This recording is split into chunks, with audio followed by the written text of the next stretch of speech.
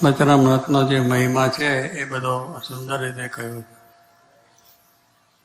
હમણાં જો આ લાઇટ છે, વીજળી છે, ઝબક ઝબક થાય, ઘડીક બંધ થઈ જાય, ઘડી ઘડીક થાય છે. એમ સ્વામી કહે છે આપણું જીવન છે એને પણ એ વાર નથી લાગતી અને એ રીતે આપણું ચાલ્યું જાય છે. કારણ કે આપણે જેની હજુ થાય છે, રહે છે, શી ઉતાવળ છે. પછી વૃદ્ધ થઈશું ત્યારે ભગવાન ભજીશું, આવા પણ વિચારો આપણે ચાલતા હોય. એ શી ઉતાવળ છે, પણ શી ઉતાવળ પણ તમારા જીવનને કંઈ તમને ખબર છે કે ક્યારે આ દેહ પડી જશે? ક્ષણભંગુર દેહ કયો છે, એટલે હાલતા ચાલતા ખાતા પીતા ગમે તે સમયે પડી જવાનો છે. તો એટલા માટે કહ્યું કે ભગવાનના ભજવા છે અને આ રીતે આપણે આત્માનું કલ્યાણ કરવું છે તો આપણે મોતી પરવી લેવું. શું કહ્યું? વીજળીમાં મોતી પડ્યું. ત્યાં વરસાદ આવે ને ત્યારે વીજળી થાય છે. તો વીજળી જેમ ઝબકારો થાય છે એની અંદર જો આપણે બરાબર સાવધાની રાખીએ તો મોતી પેલું તૈયાર રાખ્યું હોય તો જ્યારે વીજળી જોગર તો પૂરી દે તો એનાથી હાર મોટો થઈ જાય. પણ એની સાવધાની ના રાખીએ તો બધો સમય નકામો જાય છે. એટલે કહ્યું છે કે આ બીજું બધું કાર્ય તો કરવાનું છે ને કરીએવાનું છે, પણ ભગવાનનું જે ભજન છે કે આવા જે ગ્રંથોનું વાંચન છે એ પણ જીવનમાં આપણે બરાબર સાવધાનીપૂર્વક કરી લેવાનું છે. કારણ કે એ આપણા મોક્ષનું કલ્યાણનું છે. વ્યવહારિક કાર્યો છે આપણા દેહ માટેના છે કે આપણા દેહને સારું સુખ મળે, જરા વ્યવસ્થિત રહે, એટલા માટે છે ને એ કરવાનું. પણ મુખ્ય વસ્તુ તો આપણે આ અહીંયા આવ્યા છે દેહ ધરીને તો એ જ કરી લેવાનું છે. ગુણાત સ્વામી કહ્યું કે આ દેહ શા માટે મળ્યો છે, મનુષ્ય દેહ, કે એ પ્રમાણે ભગવાન ભજવા માટે, બ્રહ્મરૂપ થવા માટે આવ્યો છે. તો આ વચનામૃતની અંદર જે બધી વાતો કરી છે એ એટલી સુંદર ને સરસ છે. પણ સ્વામી કહે છે જ્યારે મહિમા સમજાય ત્યારે કામ થાય. લૌકિક વ્યવહારનો પણ મહિમા સમજાય કે શું કામ ને કાજ ને પૈસા કમાવો હોય, સારી નોકરી કરવી હોય, સારું બીજું ત્રીજું કરવું હોય, અનેક આપણા કાર્ય છે એનો આપણને મહિમા છે. તો ભલે જરા દુઃખ આવે, સુખ આવે, ગમે તે થાય, પણ એને કરીએ જ છીએ અને મારે કરવું જ છે એવો નિશ્ચય હોય છે. તો એની અંદર કંઈ આળસ પ્રમાદ રહેતું નથી અને કરીએ જ. આપણે પોતાને છે કે મારે કમાણી કરવી છે તો પરદેશ પણ જઈએ છીએ પૈસા ખર્ચીને અને ત્યાં બધું કામ કરીએ છીએ. એટલે શું કંઈક આપણને થાય, મહિમા સમજે કે ત્યાં મને કંઈ મળવાનું છે. એમ આ જે આપણા શાસ્ત્રોની અંદર જે ભગવાનનો મહિમા, સંતનો મહિમા, શાસ્ત્રોનો મહિમા છે એ પણ આપણે જાણવાનો જ છે. અને એ શાસ્ત્રોને સમજીને એમાં લખેલું જે છે એ પ્રમાણે આપણું વર્તન કરવાનું. અને એ પ્રમાણે વર્તન કરીએ તો જ થઈ જાય કે આપણને આપણો લાભ થઈ જાય. એટલે મનુષ્ય દેહનો લાભ છે મળી જાય અને સુખી થવાય છે. તો સ્વામી આ પ્રમાણે અહીંયા આગળ વચનના અમૃત એટલે એ વચનરૂપી અમૃત ગુણાતાન સ્વામી વાત કરતા કે લાવો અમૃત. બધા સભા થાય ત્યારે અમૃત બોલે કે અમૃત લાવો. એટલે કેટલાક અમૃત શું કે વચનામૃત. કારણ કે ભગવાનના મુખમાંથી જે વાણી છે અમૃત કહેવાય, સંતના મુખમાંથી વાણી નીકળે અમૃત કહેવાય. એમ અમૃત શું છે કે એમને આપણા જીવનું કલ્યાણ કેમ થાય, આપણો મોક્ષ કેમ થાય, આપણે સંસાર વ્યવહારની અંદર પણ આપણી સ્થિરતા કેમ રહે. અત્યારે આપણને આ બધા દેશકાળ આવ્યા છે ને આ મોંઘવારી થઈ ગઈ છે એની અંદર આપણે બધાએ જો આવા શાસ્ત્રોના શબ્દો છે, ભાગવદ્ ગીતા, ઉપનિષદ બીજા ત્રીજાના, તો એની અંદર આપણે ધીરજ રહે, બળ રહે કે ભગવાન છે, કરતા છે. અને એ જો આપણે માણીએ તો પછી આપણને વાંધો નથી.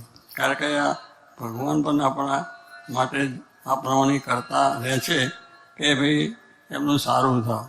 પણ કહેવાનું કેટલીક વખત મુશ્કેલી આવે વચમાં, આવા પ્રસંગો બની જાય અને એ પ્રમાણે પ્રસંગોની અંદર આપણને ભગવાનમાંથી શ્રદ્ધા જતી રહે. પછી આપણા એ રીતના કાર્યોમાંથી, એટલે આપણા જે કલ્યાણના કાર્યો છે એમાંથી શ્રદ્ધા જતી રહે. નિયમ ધર્મમાંથી નિયમને ધર્મ પાળતા એની શ્રદ્ધા જતી રહે. કાં તો બહુ નિયમ પાડે પણ કંઈ થયું નહીં, પણ બી આવા કામ કરતાં કરતાં કરતાં પણ આપણે એક દાડે કંઈ ધનવાન થતા નથી.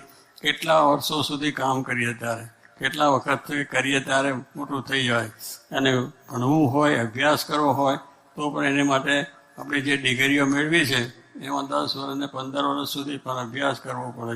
તો કહેવાનું શું કે લૌકિક આપણી લૌકિક ભાવનાઓ છે કે આપણું લોકનું સુખ જે મેળવવું છે તો એની અંદર પણ સમય લાગે. એટલે આપણને એમ લાગે કે આપણે કર્યું એટલે તરત થવું જોઈએ, કે અમે વાત કરી એટલે મારે થઈ જવું જોઈએ. પણ આપણે નથી થતું. વ્યવહારના સંસ્થાના કામમાં પણ આપણે ગમે એટલા હોશિયારથી કરીએ તો પણ એક દાડો થતું નથી. એમાં પણ સમય જાય છે. અને સમય થાય એને માટે આપણે જરા ધીરજ રાખીએ છીએ, હિંમત રાખીએ છીએ. એ પણ મારે કે એ બધું કારણની અંદર આપણા જે આ વ્યવહારિક, સંસારિક, દૈહિક અને અમુક જે આપણને આવી મુશ્કેલીઓ આવે છે, આ દુકાળ થાય છે, પાણી પૂર આવે છે, અને બધા કેટલાય પેલા આપણા ધરતીકંપો થાય છે, આ બધા એક આપણા જીવનની અંદરના મુશ્કેલીઓ છે. પણ એ વખતે આરાધનો ભગવાનનો જે ભગવાનને માનતા એનો આશરો હોય, દ્રઢ હોય અને એ શ્રદ્ધા હોય તો ધીરે ધીરે બધું સારું થાય. તે ઘડીએ પછી અકળાઈ ના જવું જોઈએ કે ભગવાન ભજ્યા કંઈક આપણું થયું નહીં. ભગવાન ભજ્યાનું તો સારું થાય છે, પણ આવા પ્રસંગે ધીરજ રાખવાનું છે, ધીરજને બળ રાખવાનું છે. તો આ બધું કાર્ય આપણું થાય અને આપણને સુખ શાંતિ રહે છે. એટલા માટે કહ્યું કે આપણને આપણે જે જ્ઞાન છે એ આપણને જરૂર છે. એ જ્ઞાન એટલે બ્રહ્મને પરબ્રહ્મનું. શ્રીજી મહારાજે વચનામૃત જે આપ્યું છે એની અંદર પોતે પણ લખ્યું છે કે 4 વેદ, ખટશાસ્ત્ર, 18 પુરાણ આદિ અને ભારત, રામાયણ અને આપણે ભાગવત, આ બધા શાસ્ત્રોનો સાર હું સ્વામી કે તમને કહું છું, મહારાજ કહે છે. એટલે ભગવાન શ્રીજી મહારાજે બધું વાંચીને, બધાનો અભ્યાસ કરીને અને બધી રીતે નિશ્ચય કરીને આ વાત આપણને જણાવાય કે બધાનો સાર કર્યો એમણે. હવે આપણે આ બધું ભણવા કરવામાં કેટલો બધો સાર થાય, કેટલો બધો સમય લાગે, પણ સીધું આપણને મળી જાય તો આપણને આનંદ થઈ જાય. એમ આ વસ્તુ છે એવી સીધી મળે એવી જ વસ્તુ છે, પણ જરા ધીરજ, બળ અને જરા કામ કરીએ તો થાય છે. તો એ મહારાજે આવું લખ્યું છે કે વચનામૃતમાં કે આ બધા શાસ્ત્રોનો સાર છે. એટલે તમારે બીજા ના વાંચવા પડે, વાંચવાનો છે. આપણે બધા શાસ્ત્રો છે એ આપણે વાંચીશું તો જ આપણને સાચું જ્ઞાન થશે, એમાંથી આપણને બધો લાભ થશે. ગીતાની અંદર પણ આપણને જ્ઞાન આપ્યું ભગવાન કૃષ્ણ પરમાત્માએ. કેવા સમયે કે યુદ્ધનો સમય છે અને યુદ્ધની બધી તૈયારી ચાલી છે, બધી સૈન્ય બધી ઊભી છે સામ સામે, અને એવા પ્રસંગે આ ભગવાન જ્ઞાન આપે. હવે તે ઘડીએ કોઈને એવું થાય કે આમાં શું જ્ઞાન મળે, અત્યારે બધું લડવું છે ને કરવું છે ને કેટલાય વિચારો ચાલતા હોય, કેમ યુક્તિ કરવી, કેમ પ્રયુક્તિ કરવી, બધું થતું હોય.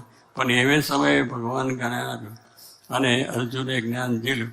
તો કહેતા જ્ઞાન અર્જુનને પણ એ વાત કરતાં કરતાં સમય પણ કેટલો ગયો, પણ ભક્ત હતો સાચો અને ભગવાનને એના દ્વારા આ કામ કરવું હતું. તો એને બધું સારી રીતે જ્ઞાન પચાવ્યું અને બધું કાર્ય કર્યું તો એમનો જે વિજય થયો અને સર્વાને સુખ થયું છે. તો કહેવાનું કે એ પ્રમાણે જે ભગવાન છે અને ભગવાનના ભક્તો છે, સંતો છે, એ પ્રમાણે થાય છે.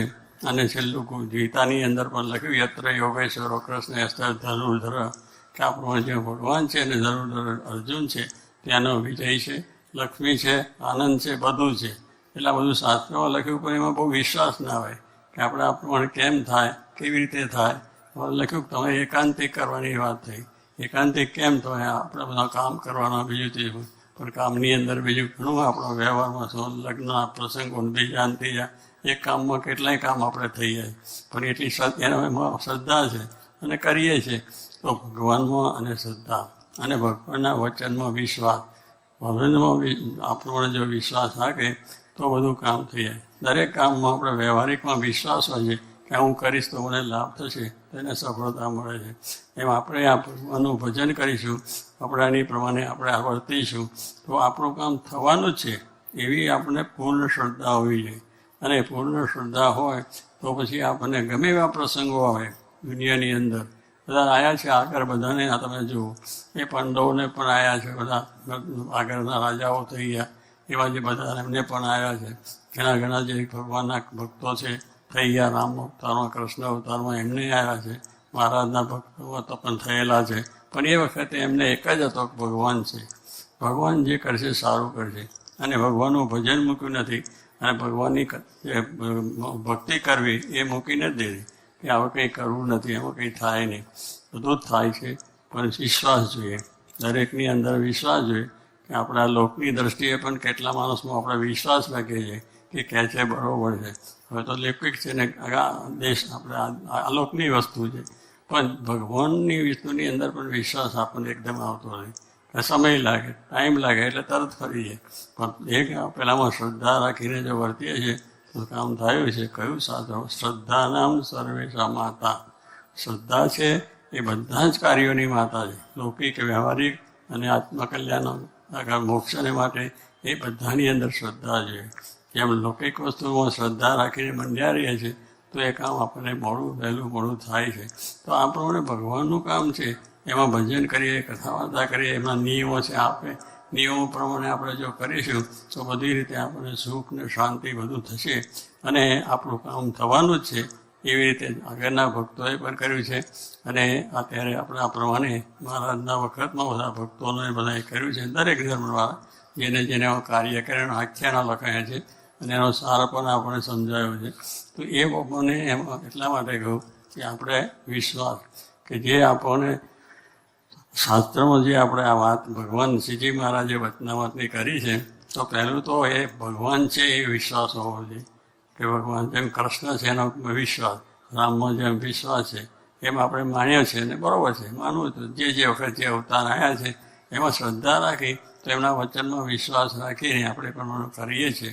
તો આ વચનામૃત પણ એવું એક શાસ્ત્ર છે કે આપણે આ પ્રમાણે આપણને ગામમાં બેઠા ભણા અભ્યાસ ઓછો હોય તો પણ એનું જો વાંચન રાખે છે અને એમાંથી વાતો સાંભળે તો એ પણ જ્ઞાન કરતા થઈ જાય, એને પણ આ વચનાવટની વાત સિદ્ધ થઈ જાય. એટલે શું કે આ બધાની અંદર શ્રદ્ધાને વિશ્વાસ છે કે ભાઈ આ ભગવાને છે, ભગવાને આ બોલ્યા છે એ સાચું છે અને એની અંદર બધું છે. આજે ગીતાનો કેટલો મહિમા છે, બરાબર છે કે ભગવાન કૃષ્ણે બધો આ ઉપદેશ આપ્યો અને એ પ્રમાણે ઉપદેશ કરતાં પણ કહ્યું અને અર્જુનને પણ બધા ઘણા પ્રશ્નો થયા તો પણ ભગવાને કહ્યું કે સર્વ ધર્માન પરિત્યજ્ય મામેકમ સર્વ. તું બધું મૂકી દે, આ શંકા થશે, આમ થશે, તેમ થશે, ફલાણું થશે, ઢીકણું થશે, બધું જ થવાનું છે, તું પણ મારો વિશ્વાસ હોય. એટલે બધું તું તારા મનના માનેલા છે. આ બધી વસ્તુ મનની અંદર માને મારું આમ થશે, આમ લડીશું તો આમ થશે, આ બધી હિંસા થશે, આ બધા મરી જશે, એનો પાપ લાગશે, કશી સંસ્થા ના કર. હું કહું છું એ પ્રમાણે કર. બધા મૂકીને વિચારો મામે બસર મારે સરને આવે તો તારું બધું કાર્ય થઈ છે. એમ આપણે પણ વ્યવહાર સંસારમાં છે એટલે કરવાનું જ છે, કરીને બરોબર થવાનું છે.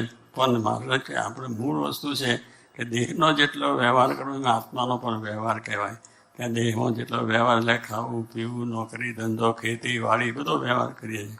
એમ આપણે આત્મા માટે ભગવાનની ભક્તિ, માળા છે, પૂજા છે, નિયમ ધર્મ છે, વ્યસન દૂષણ, આજે કેટલી પ્રકારના વ્યસન દૂષણ પેસી જાય એ બધા નિષેધ છે કે કરવાથી કંઈ આપણને સુખ નથી આવતું અને એમાંથી ઘણી મુશ્કેલી થાય છે. આવી મુશ્કેલીઓની અંદર પણ માણસો જેટલા વ્યસન છે તો પાછા પીતા જ હોય, કે દારૂ છે પીતા હોય, જુગાર રમતા હોય, અનેક રીતના બધા પ્રશ્નો થતા હોય. એટલે કહેવાનું શું છે કે આપણે ભગવાનનો વિશ્વાસ સાચો હોય કે કહે છે સારું છે ને આપણા મોક્ષ માટે છે, કલ્યાણ માટે છે, સારા માટે છે. અને સંતને પણ કોઈ સ્વાર્થ નથી. સંત પણ છે પરોપકારી છે, કારણ કે એને કહેવાની વસ્તુ એટલું છે કે સર્વનું કલ્યાણ થાય, સર્વનું કામ ભગવાન સુખ કરે. અને જોકી મહારાજ હંમેશા બોલતા કે ભગવાન સર્વનું કલ્યાણ કરો. બહુ દરેક વખત આમતા બેઠા હોય, કંઈ વાત કરતા હોય તો એમાં ભગવાન સર્વનું, કારણ કે એમને કોઈની જોડે રાગ નહીં, દ્વેષ નહીં, કોઈનું ખરાબ કરવું નહીં, કોઈનું ખોટું કરવું નહીં, પોતાનું અપમાન કરે, પોતાને દુઃખ આપે, કોઈને ત્રાસ આપે તો એનું ગુનો ઈચ્છે જ નહીં. ભગવાન સર્વનું સારું કરું. તો કહેવાનું છે કે એવું મોટું દિલ હોય અને એવા સંતનો જો સમાગમ થાય તો આપણામાં પણ એવા બધા ગુણો આવે છે અને એ ગુણોથી આપણું પણ કલ્યાણ થાય છે. તો આ સત્સંગની અંદર અને આપણે આવ્યા છે પ્રમાણે છે તો અહીંયા આજે કથાની અંદર આપણા બધા સંતોએ વાત કરી છે અને બ્રહ્મ દર્શન આવ્યા એમને પણ બસનાવતોર કામ કર્યું છે. વિવેક સાગર છે પણ દરરોજ કથા કરે છે, સંભળાવે છે. તો એ શું છે કે ભગવાનની વાણી છે, ભગવાને કહેલી વાતો છે અને એના પ્રમાણે આપણે વર્તવાની વાત છે. એમાં કંઈ બીજું કોઈ નથી, સંતને કોઈ સ્વાર્થ નથી.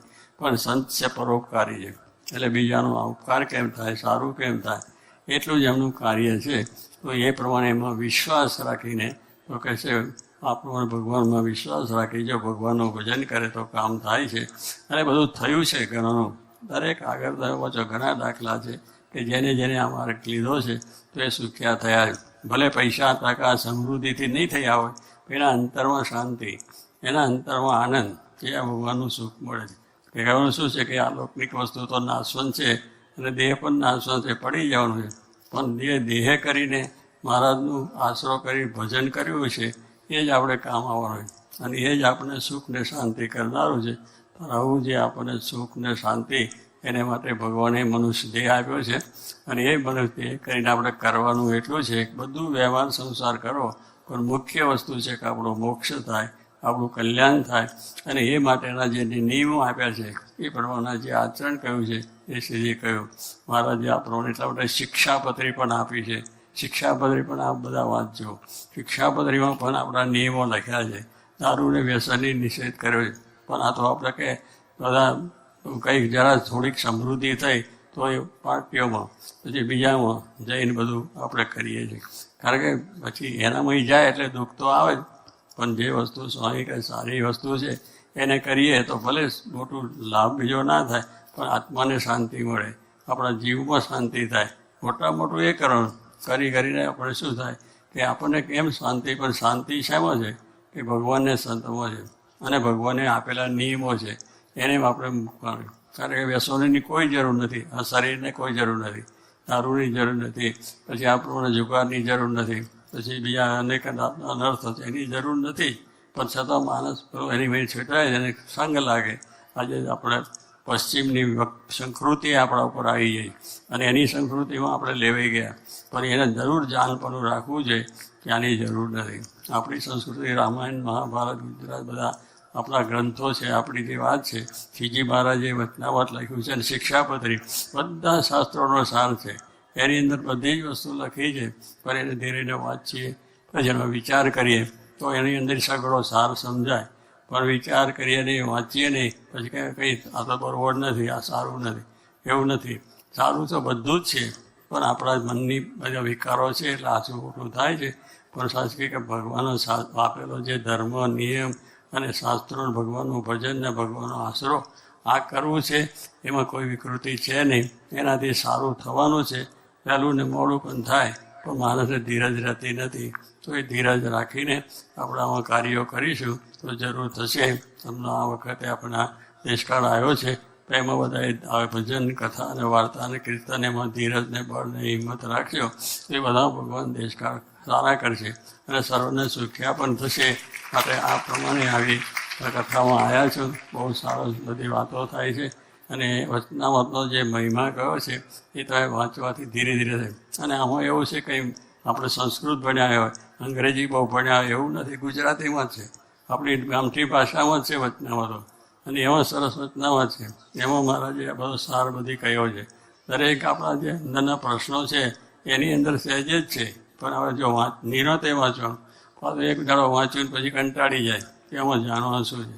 પેલું જગ્યાનું હોય તો અશ્લીલ આપણું છાપો વાંચવો, બીજા ટીવીના બધા સમાચાર લેવા, ફલાણું લેવું, આ બધું ઘણું આપણે વાંચીએ છીએ ને કશું એનું વર્તીએ છીએ. તો એમાં શું આપણને મળે? હજુ કશું મળતું નથી. થાય છે, ચાલે છે. પણ આ તો જે વાંચીએ કરીએ તો એમાંથી આપણું અંતરદૃષ્ટિ થાય, આપણને એના વિચારોથી શાંતિ પણ થાય અને સુખિયા પણ થવાય છે. એટલે શાસ્ત્ર છે અને શાસ્ત્રમાં કહેલી જે વાત છે એ સાચી છે. કારણ કે બધી ભગવાને કહેલી છે અને ભગવાનના વચનમાં વિશ્વાસ રાખવાનો. અને શાસ્ત્રને માટે સાજા આપણને માર્ગ જે બતાવનાર છે એ ભગવાન અને સંત છે. એટલે સંતોમાં પણ વિશ્વાસ આપણે જોઈએ. તો આ તો સમજ્યા કે ઘણા બધા કયા કરે અને આમ થઈ જાય એટલે ઉપેક્ષા થઈ જાય છે. પણ ઉપેક્ષા બીજી દુનિયામાં કરવાની છે, કરો. આમાં તમે ભળાય એટલું પાડવાનું. પણ વાંચવાનું છે ભલે તમે એક વાંચો પણ એનું દરેકનું એનું મનન કરો અને એનું પાછું વાંચન કરો. સાંજે પછી સભામાં કે તમારા સુઝુકી મારે કહ્યું કે ઘર સભા, એમાં શું એક અડધો કલાક વાંચો એમાંથી 2 શબ્દો આપણને પડે અને ધીરે ધીરે એક શબ્દ પડતા પાકો થઈ જાય. દરેક વસ્તુની અંદર એવું છે.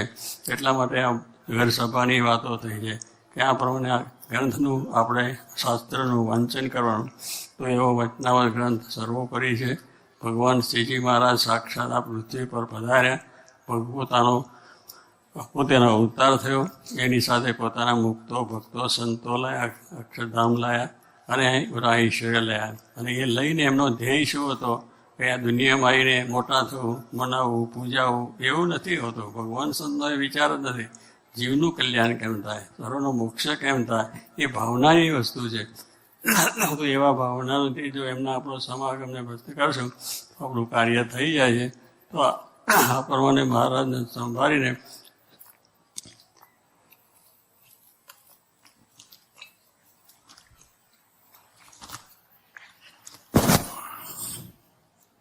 એટલે વચનાવતે આપણે છે ભાઈમાં દરેકને હવે ખાસ જે એમનો સંવાદમાં પણ બોલ્યા કે ભાઈ એક પણ વચનાવત એક વાંચો, બહુ વાંચો ન વાંચો, અડધું વાંચો, તેમ કરતાં કરતાં વધારે વાંચો.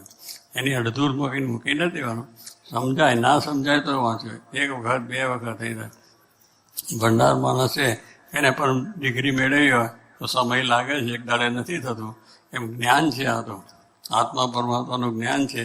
એ કંઈ આપણે એક દાડે થાય નહીં. જેમ જેમ તમે એને વાંચો, જેમ જેમ સમા કરો, એ રસ્તે ચાલો અને બીજા જે નિયમો છે એને પાડો. વ્યસન દૂષણ નહીં, બીજું નહીં, કોઈ જાતનું પાર્ટીઓ બધું કરી અને જીવનને ખરાબ કરવું અને દેશમાં કોઈ સંસાર પ્રવૃત્ત રહે તો પછી આપણા દેશની પણ પડતી થાય, સમાજની પણ પડતી થાય અને કુટુંબની પણ પડતી થાય. જો સમાજમાં બધું થશે તો એનાથી સમાજ સુધરી જશે, સમાજને પણ સારો લાભ થશે, રાજ્યને પણ સારો લાભ થશે, મનુષ્ય માત્રને સારો લાભ થશે. જેટલું સારું કાર્ય પ્રવૃત્ત થશે એટલું કાર્ય સારું થશે. માટે આપણે જીવનની અંદર કોઈ અત્યારે બધાની અંદર ગમે તે નિષ્ઠાને ગમે તે આવે પણ ભગવાન છે એ સારું કરનારા છે અને એ પ્રમાણે આપણું આત્માનું કલ્યાણ છે એ એમનાથી થવાનું.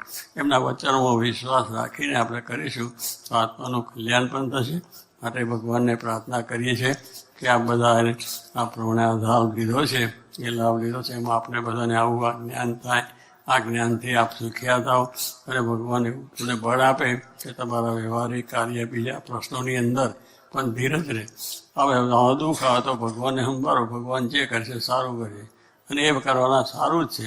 પણ જરા મુશ્કેલી આવે ત્યારે ડગમગ થઈ જાય. ડગમગે દિલ જ્યાં સુધી નવ ભ્રમ પ્રકાશે રહે. ડગમગ દિલ થાય તો ત્યાં આગળ થાય નહીં. કોઈ વસ્તુનું ડગમગ થાય, થશે કે નહીં થાય, થશે કે નહીં થાય, ના થાય, થશે જ. એ જે નિશ્ચય હોય તો ભગવાન સંત મળ્યા છે એના જે શાસ્ત્રો છે એમને કહ્યા એમાં વિશ્વાસ રાખીને જો કરીશું તો સુખિયા જરૂર થવા છે અને સર્વને ભગવાન એવું બળ આપે અને સર્વ સુખિયા થાય એ ભગવાનને પ્રાર્થના.